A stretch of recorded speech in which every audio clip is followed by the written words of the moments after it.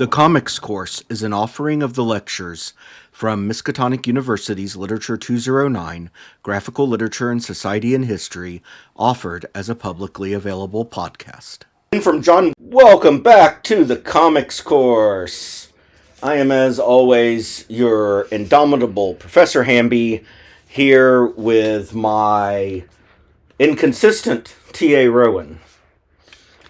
Oh, how are you doing, Rowan? I'm doing good. You mean well?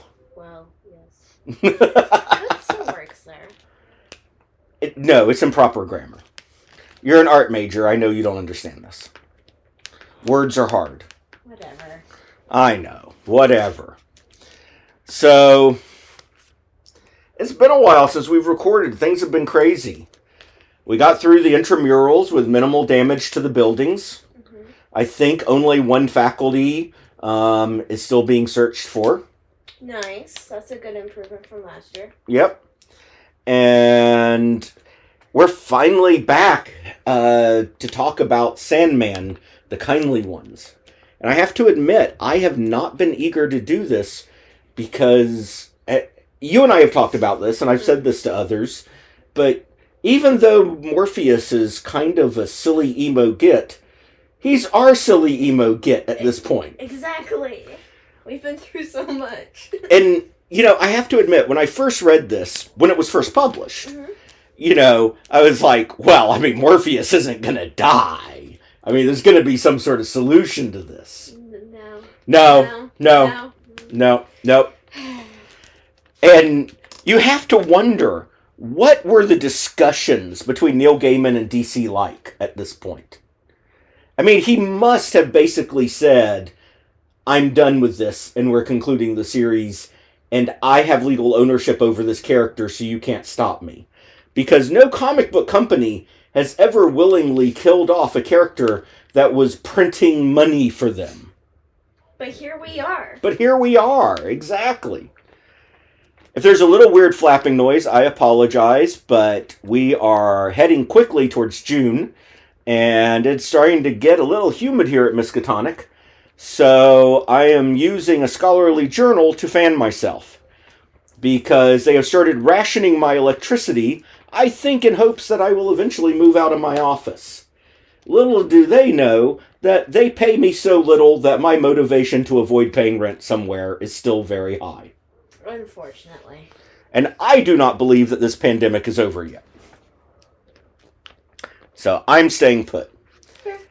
Now, as we get to the dedications for this part, they mentioned Cupid, and that made me think of, ironically, something literary related in pop music. I was listening to recent K-pop releases recently, and I will keep this side journey short, I promise those listening to the lecture. But a Korean group... 50-50? No, Le Seraphim. Oh. Or, I think, officially they're supposed to be called Le Seraphim, but even the members of the group say Le Seraphim, as I understand it. Yes. And they have a song out called Eve, Psyche, and Bluebeard's Wife. Mm-hmm. And this has literary antecedents. Mm-hmm. There is a line in it that one of the members repeats of, I want what's forbidden. Mm-hmm. And of course, those three figures are all from either mythology or folk tales of seeking out something forbidden. Mm-hmm. Eve, of course, is well known from Christian mythology. I know some of you are Christian and you get offended when rational people call your set of magical beliefs mythologies, but they are. Get over it. That doesn't mean they're not true. It just means that for those of us that don't believe in magic, we look at you in the same way as when pagans start chanting about worshipping Idun. Or claiming that by scraping the bark off certain trees that they'll become immortal. No, they just have really weird visions and then spend the morning throwing up and wondering why they're naked and covered in mud. If you want proof that Christianity is no more rational in its mystical beliefs than any other religion. Simply look at the fact that the central traditional practice of Christianity involves the drinking of blood in a public ritual. Yeah. And if you don't know what I mean by that, the technical term is the transubstantiation.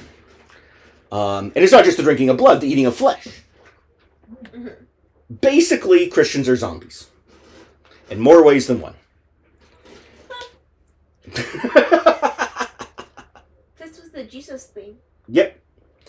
So, Eve, of course, is well known in Christian literature for being the figure that prompts both herself and Adam to eat of the tree of knowledge. Because as we all know, women are the root of all evil. And she goes to do something that's forbidden. Mm-hmm. But this song isn't about being the root of evil. Mm-hmm. Because if they had, there are figures other than Psyche they would have included. Mm-hmm. I mean, Pandora would have been a more logical choice. Yeah. But are you familiar with the myth of Psyche? Actually, no. I knew of it, but I don't know it really in detail. So in Greek mythology, Psyche was an extraordinarily beautiful woman.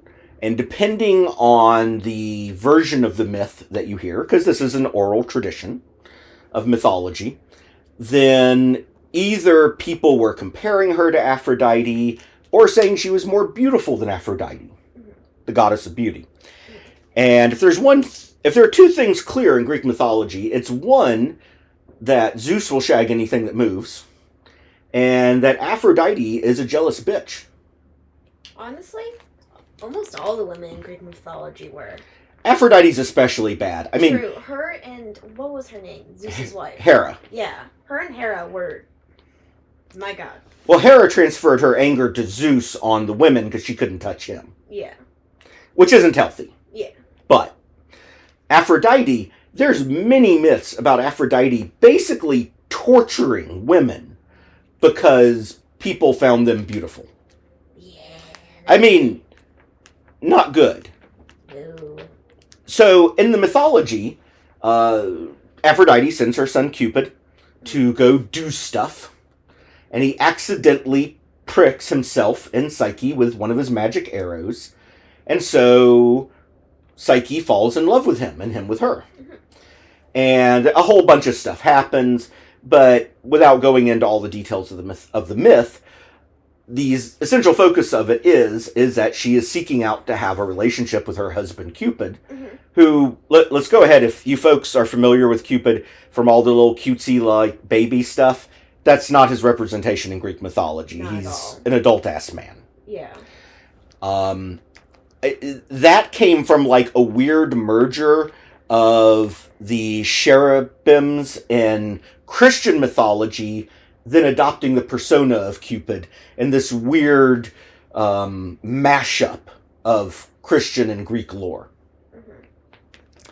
Which, I mean, for many, many centuries, of course, Greek lore was considered the foundation of Western culture, including by Christian scholars. So this is not surprising it happened. Anyway, but she wanted Cupid, a god, and that was forbidden by Aphrodite. And ultimately, the story is resolved when Zeus finally says, "Stop it, Aphrodite, you can't mess with her anymore." Uh-huh. Although he only does it because Cupid agrees to be his wingman and makes the next woman that Zeus is interested in fall in love with him. Because Zeus has a one-track mind. Well, yeah. And I wouldn't blame Zeus for it if A, Hera was okay with it, and B, he gave a damn about consent. Yeah. Um, Consent is a big problem in the Greek mythology universe. well, in most of human history, frankly. Yeah. Yeah. And then Bluebeard's wife, I think most people know, at least the rough fragments of, Yeah. but Bluebeard's seventh wife, who I think her name was Adrienne or something like that. Something like that. Which, by the way, has its roots in a Greek name that involves another figure that was punished by another Greek goddess for being described as similar to a goddess. Bitches be jealous. Right. Bitches be jealous. Greek god bitches be jealous. And, of course, Bluebeard's wife wants to know what secrets are being hidden from her. So it's a whole song that thematically is based on women being defined and told what to do. All this said, objectively speaking, it's not a great song. Mediocre at best. But it is catchy as hell. It is. I will give it that. Anyway, I thought that was an interesting little pop culture bit to look at in terms of literature before we jump into the Kindly Ones. Now, the Kindly Ones is a euphemism used for the Furies, the Fates, because they don't like to be called the Furies. That's explained in the story. There is a big mystery left behind at the end of this, which we'll talk about at the end. And I will briefly read to you the lead-in quotes and dedications. The first is from Beaumont and Fletcher, Cupid's Revenge, 1612. It was reading this that made me think of Cupid and Psyche and the song. Quote, "The fool that willingly provokes a woman has made himself another evil angel in a new hell to which all other torments are but a mere pastime."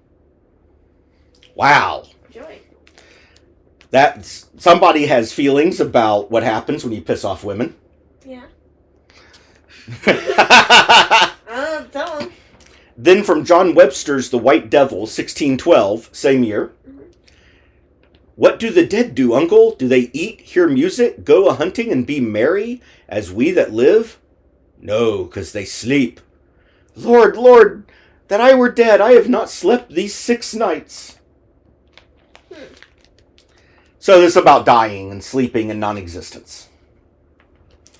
The dedication: "For the 3 witches, fates, Norns, and graces of Sandman, the 3 weird sisters who have midwife Sandman nurtured it, and issue by issue put it to bed. This book is for Shelley Roberg, Elisa Kowitney, and above all, Sandman's fairy godmother, Karen Berger. With gratitude, Neil Gaiman." And, of course, the 3 women, the 3 wise women, they do show up throughout mythology. And Gaiman is certainly not the first person to observe that the 3 Norns of Norse mythology bear many similarities to the 3 fates of Greek mythology. And as we've discovered in the late 20th and early 21st century, there was more communication between those parts of the world than we have historically assumed. So we're going to go through bit by bit, and I will try not to simply reiterate the chapters, but I do want to point out this gorgeous cover art from Dave McKean, which shows off these representations of the 3 fates. Now, the writing of the Kindly Ones is done in the format of a Greek tragedy. And of course, it's a tragedy, so the hero, in this case Morpheus, dies at the end. Now, are you familiar with the concept of a Greek chorus? I've heard of it. I don't actually know what it is, but I've heard it talked about a lot, if that makes sense. Well, in Greek plays, they had something called a chorus up front. They didn't call it a Greek chorus because they were Greek. Yeah. Which brings to mind another thought that I'm going to suppress about the use of the term Greek as an adjective. We're going to skip that. Suffice it to say the Greeks can be weird. Anyway, the Greek chorus were not players in the play, but they would yell out things to the audience in song. And they would often provide both background information and exposition. So they might be like, "Yo," at the very beginning of a play, "O ye crowd who are here, behold wandering the desert, the son of Theseus, king of Thebes," and whatever, right? And then you see a guy wander onto the stage, and you kind of have the scene set for you. But they might also provide exposition and commentary like, "Whoa, isn't Theseus a dumbass who has done these things you've seen him do in Act 1? So here, the fates act as the Greek chorus of this story. providing commentary and exposition to us, the reader. Mm-hmm. And so, of course, we open with the Fates, because every Greek tragedy opens with the Greek chorus. And here we see sort of modern incarnations of the three, Clotho, Atropos, and Laches. And they look like modern people and are sitting around spinning. Now, do you know what the significance of spinning in Greek mythology for the Fates was? No. So there are three of them. Clotho, and I'm probably pronouncing it wrong, is the youngest, and she would spin the yarn. And then Laches was the sort of middle-aged one, and she would knit something from the yarn. And then Atropos, the eldest, the hag, the crone, and she would cut the thread, finishing it. And they would create collaboratively a skein. Now, in this case, the skein looks like it could be a pair of boots, middens, sweater, whatever. But what each of them represents is a human life. They literally were the Fates in the sense of Clotho creates the new mortal life and soul.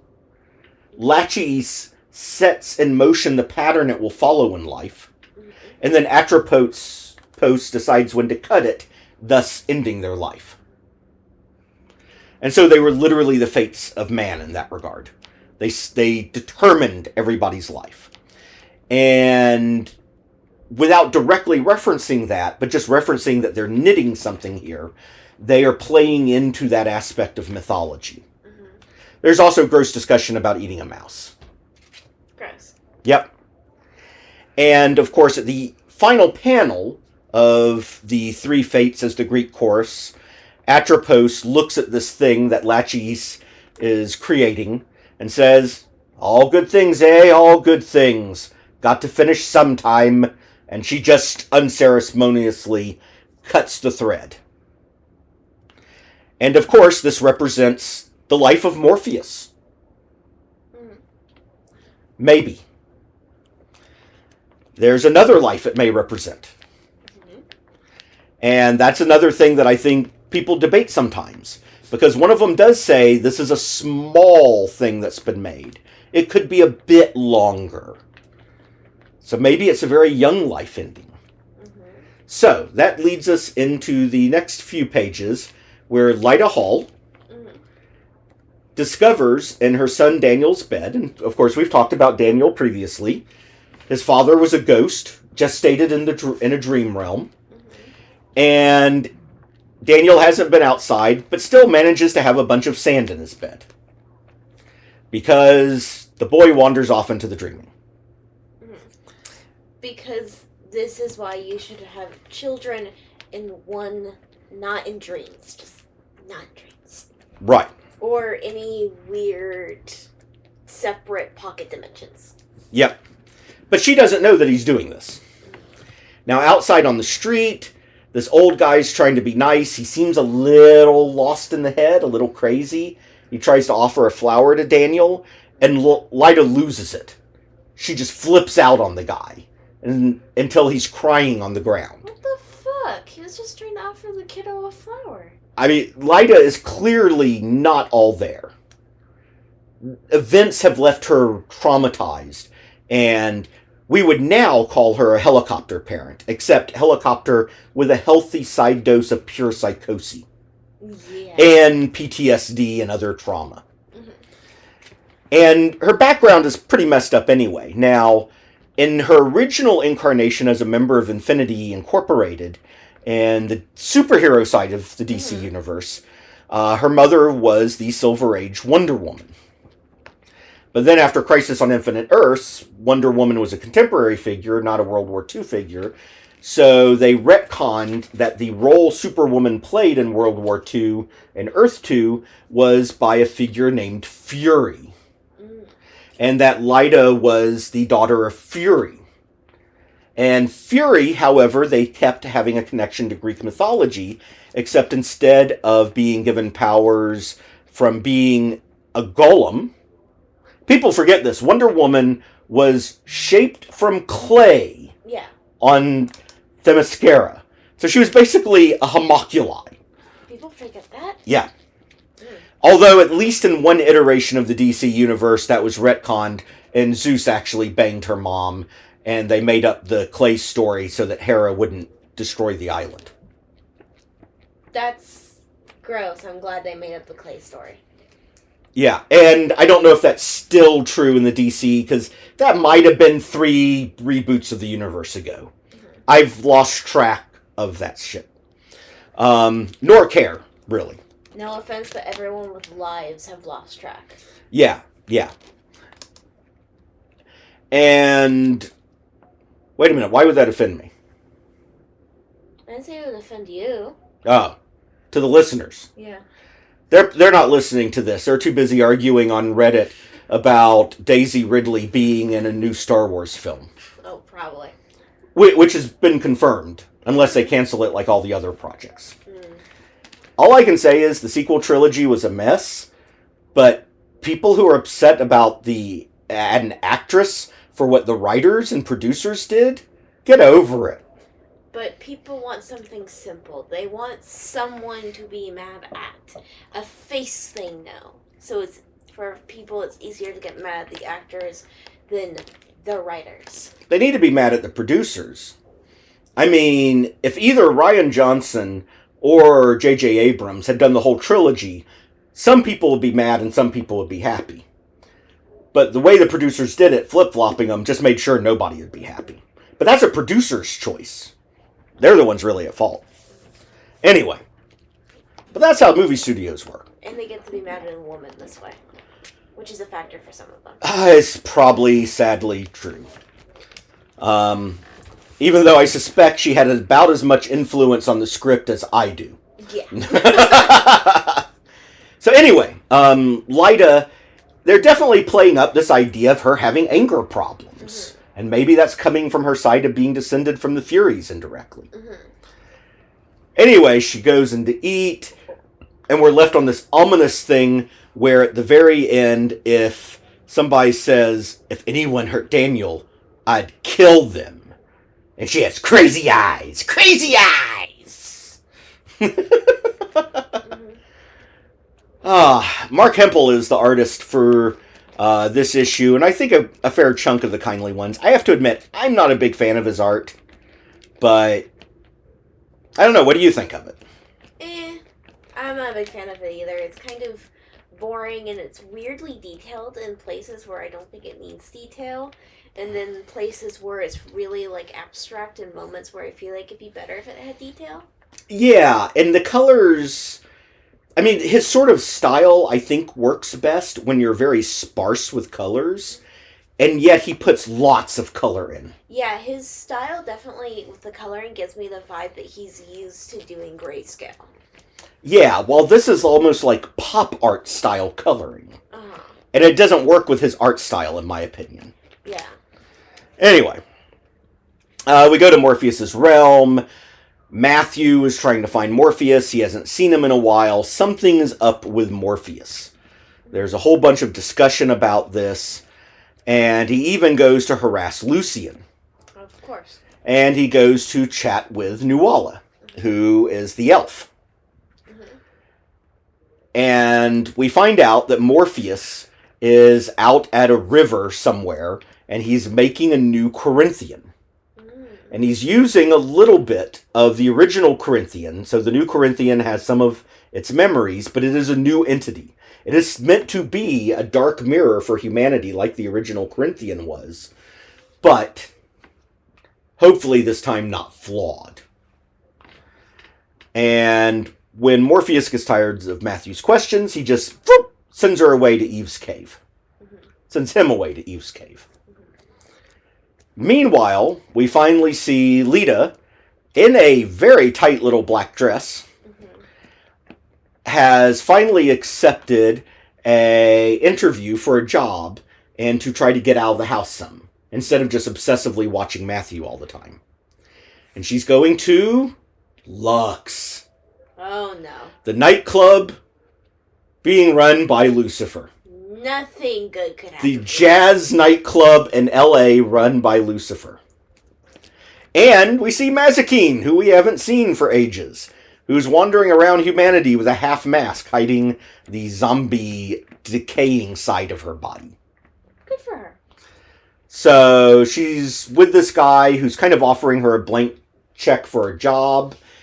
She really doesn't need a job. She's actually independently wealthy. He gives us a little bit of exposition for the readers who aren't comic book geeks and don't know about her time with Infinity Inc. and the World War II character. And this is probably especially useful for people who hadn't followed all, in great subtlety, the reboot stuff after Crisis on Infinite Earths.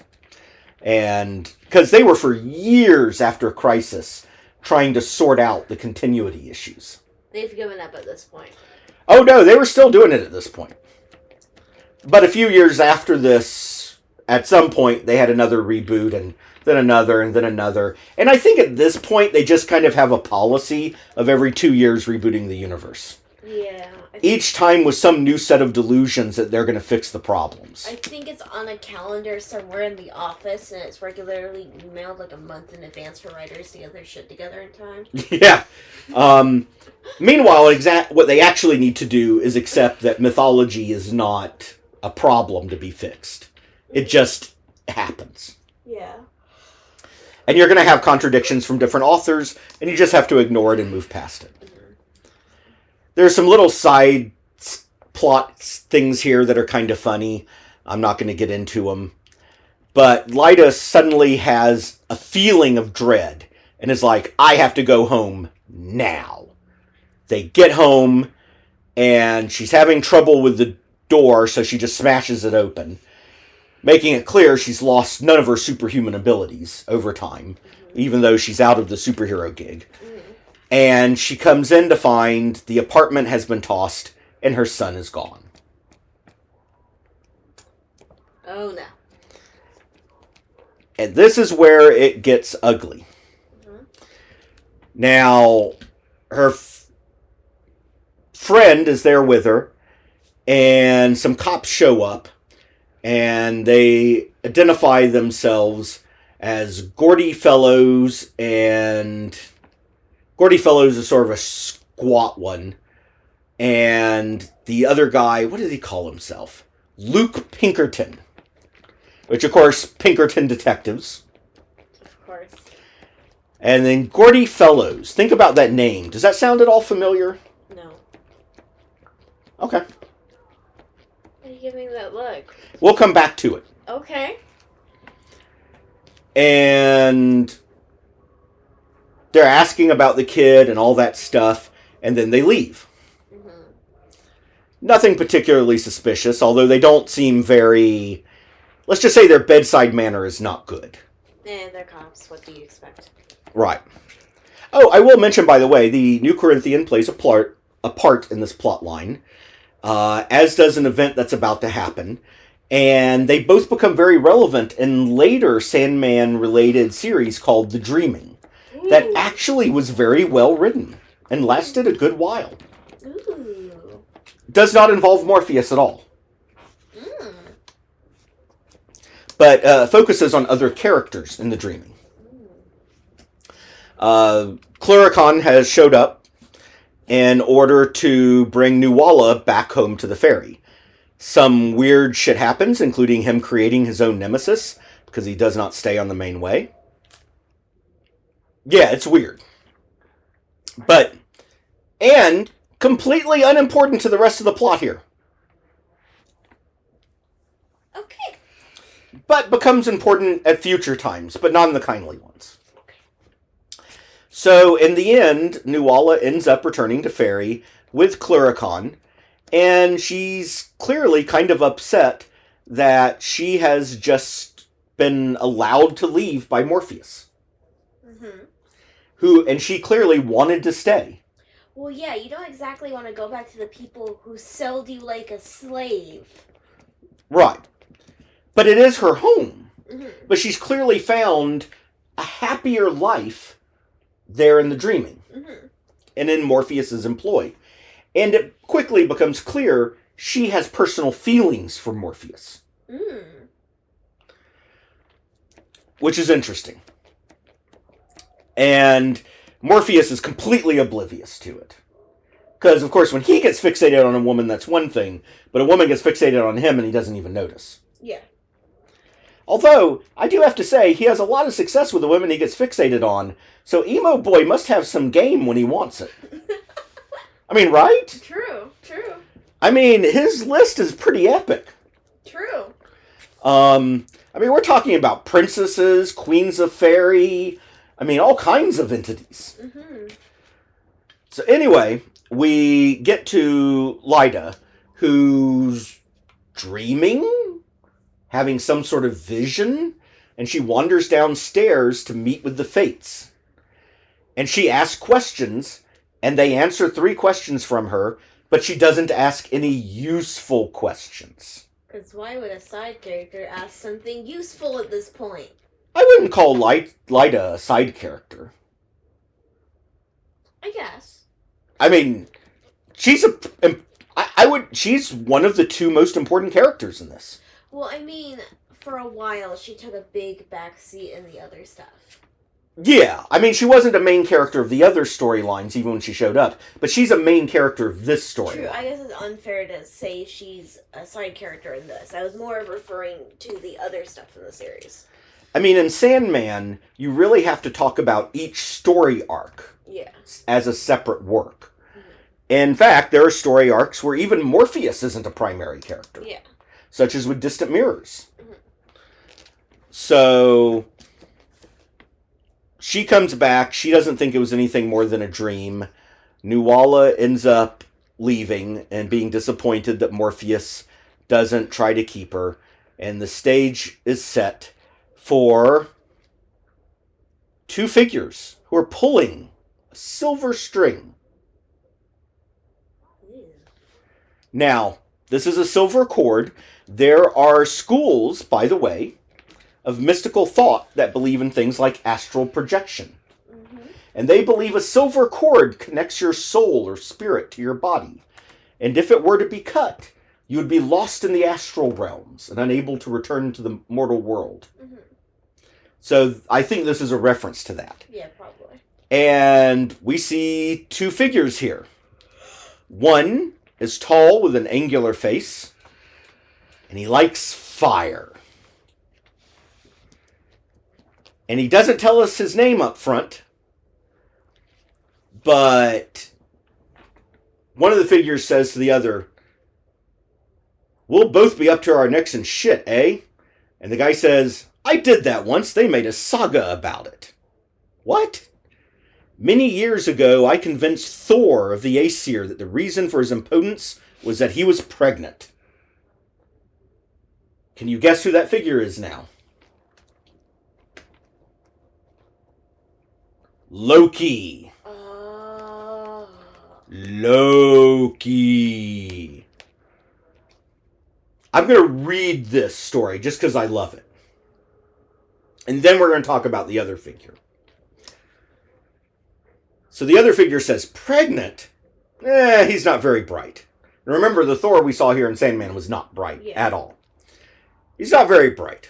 And I told him to lie face down and naked on his sleeping furs until I came and delivered him of child. He listened to you? I was wandering around disguised as a physician, and he's not very bright. Exactly. So I fed him a gallon of castor oil, painted his arse blue, and shoved a cork in his bumhole. Why? Because it amused me to do so. I told him it was a cure for his condition, and then I went off and slept with his wife. She wasn't much of a lay, but it amused me to know it would destroy him if he ever found out. So Thor is laying face down with a cork up his fundament for a week and a day, while his insides continue to rumble their course. And now, he's got a pain in his gut like you wouldn't believe, as the pressure continues to build. I told him he might experience some pain, that it was common in pregnancy. Suddenly, into the room, through an open window, bounds Ratatosk, the squirrel who lives in the branches of the world tree. Ratatosk is curious as any little squirrel. And There's squirrels everywhere. God damn it. I know. Sorry.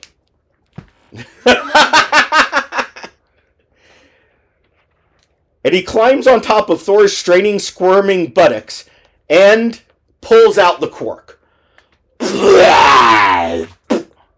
Is an explosion. 8 days' worth of oiled shit thunders forth from the fundament of the Lord of Storms. And the mighty Thor sits up, looks around, and sees Reditusk on the ground, stunned, gassed, and befouled. And slowly, with hands as big as ham hocks, he picks up the little animal and stares at it, and then with one ponderous motion clasps it to his bosom. "You're ugly," he says. "You're hairy and you're covered in shit, but you're mine and I love you." You know, that's all you can want out of a father. That's all you can want out of mythology. I don't know if that actually being from any of the preserved Norse tales. Maybe somebody listening who knows Norse mythology better than I can tell me. But I now want to promote the idea that it is, if it's not. I don't know how to feel about that. Yep. So, they continue to pull on this cord. And the other figure is Robin Goodfellow. Now, we last saw Loki after the events of Season of Mists. Yeah. When Morpheus put an illusion in his place, because he had put the Japanese thunder god there, storm god there, and doesn't put Loki back and tells Loki that he will owe him a favor. We last saw Robin Goodfellow avoiding going to Fairy with the others at the end of A Midsummer Night's Dream. And they're both trickster figures. Mm-hmm. And we see them pulling by that silver cord Daniel, who's carrying a feather of some kind with him. And they say, "What's he got?" "It looks like a phoenix feather." They're lucky. For whom? And they take the child and they put him in the fire. Oh, no. Burn, baby, burn. Now, what was that police detective's name? Pinkman. Pinkerton was the tall, angular one. Loki is certainly kind of tall and angular. Oh, no. The other one's name was Gordy Fellows. Oh. Goodfellow. Oh, no. Robin Goodfellow. They return to the scene of the crime. And are working up Lyda's nerves. Now remember, Lyda already doesn't like Morpheus, and Morpheus had already told Lyda he will return for Daniel one day. Someone got to him first. So, issue 3 of The Kindly Ones.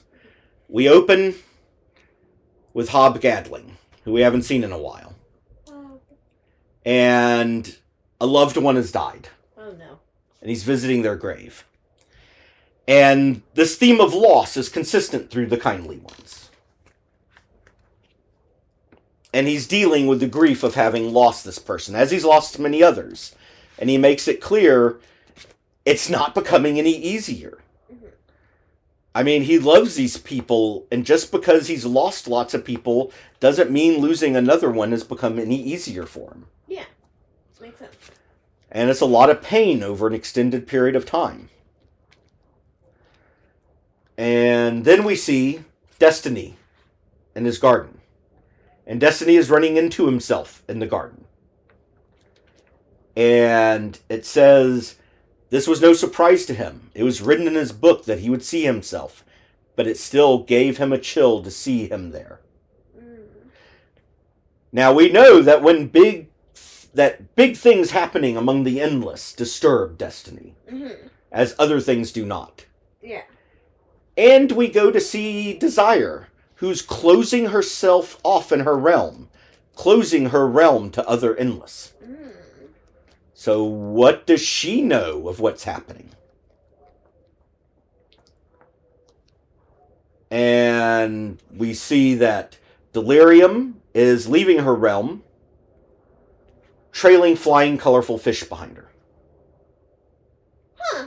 Not the weirdest thing. So Morpheus has a conversation with Hob Gadling on the other end of these events. And it becomes clear that Morpheus is kind of saying goodbye to Hob. And, like, maybe Morpheus knows something is coming. Maybe. Meanwhile, Lyda is clearly headed into some sort of psychotic state. And when the guy who invited her out to Lux shows up, she just breaks his arm with no effort, not even thinking about it. Mm-hmm. And she's catatonic. She's in shock. And just wandering around like a zombie. And then who shows up at her door? The cops. Definitely cops. And what do they show her? A photograph of a charred, dead baby. Just what a mother wants to see every day. So she snaps. And it's true. I know exactly what I must do. And that is the first 3 issues of The Kindly Ones. So we have interesting events going on. Now, ultimately, one of the questions that people come back to over and over and over when they talk about The Kindly Ones is, who is responsible for the events happening? Desire seems to know something is happening. And she certainly has been involved with events up till now. And it wouldn't be the first time she's tried getting Morpheus killed. Right. And we know from 3 Septembers and a January that she swore to bring the Kindly Ones down upon him one day after he humiliated her there. Yeah, there's clearly no love there. And she fathered Rose Walker's mother with Unity Kincaid. And so something's happening there. Is it because she really knows what's happening? Or does she just feel something happening? It's not clear. It's weird because she's also shown herself to think she's smarter than she actually is. Right. Now, Lucifer seems to have his nerves up when they were in the club, and he gets twitchy with Immortal. Mm-hmm.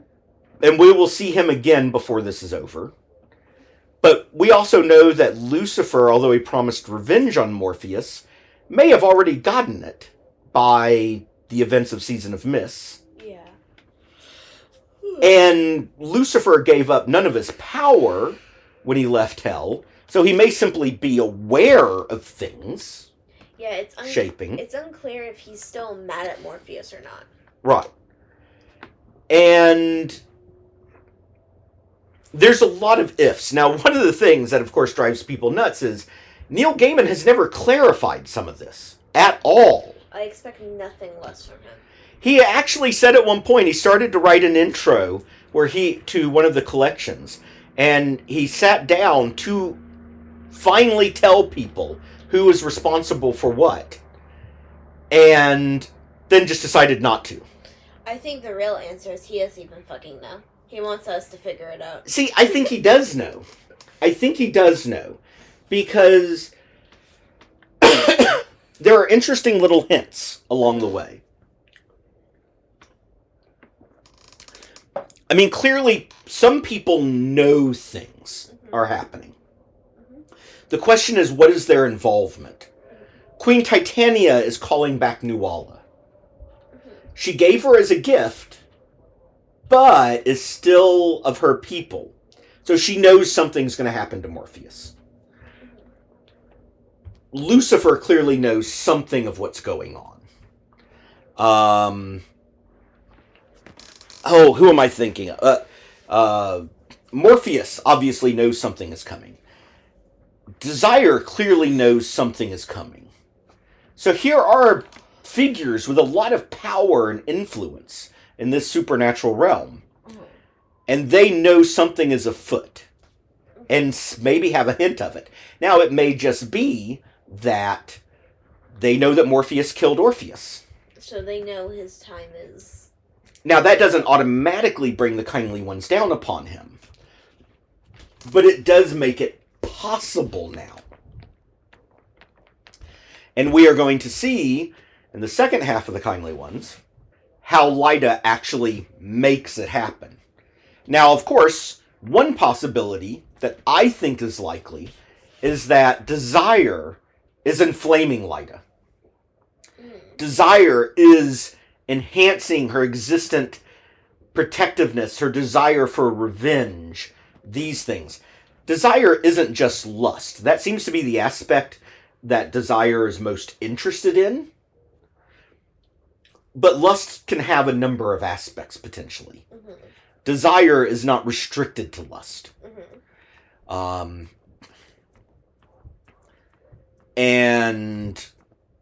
But is that the case? I don't know. It's a big question. Mm-hmm.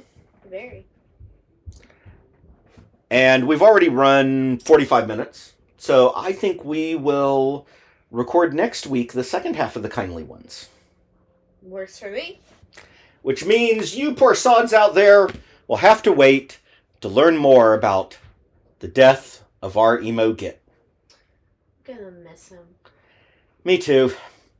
I mean, a new Sandman takes over afterwards, a new Morpheus, but it's not the same. It could never be the same. And the new guy's not emo. That's a crime. I know. It's just a You can't be more... I mean, they should have chosen a new name because you can't have Morpheus and not be emo. That's... I mean, that's like somebody doing a Cure cover band and not dressing up with black mascara like Robert Smith. How are we gonna have the emo cousin if there's no emo cousin? The emo's gone. They can't just kill the emo. Well, they did. But we still have the Overture series afterwards, which takes place before the beginning of the comic book series. And I think we should cover it, too. We should. Yeah. We'll do it quickly in one episode, though. All right. Class is dismissed. Class is dismissed, but if you need to talk to the professor, listen on. My link tree is at linktr.ee/Prof Hamby. That is PROFHAMBY.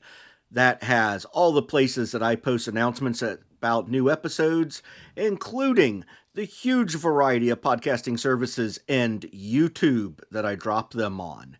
Additionally, I actually spend a little bit of personal time on a couple of networks, specifically Twitter. That's at Prof Hamby, PROFHAMBY, and on Tumblr, where the blog is called simply Comics Course. And I also, for some of my more narrative cast episodes, also post the transcriptions or notes from my podcasts. I'll see you around, and if you want to contact me, DMs are always open.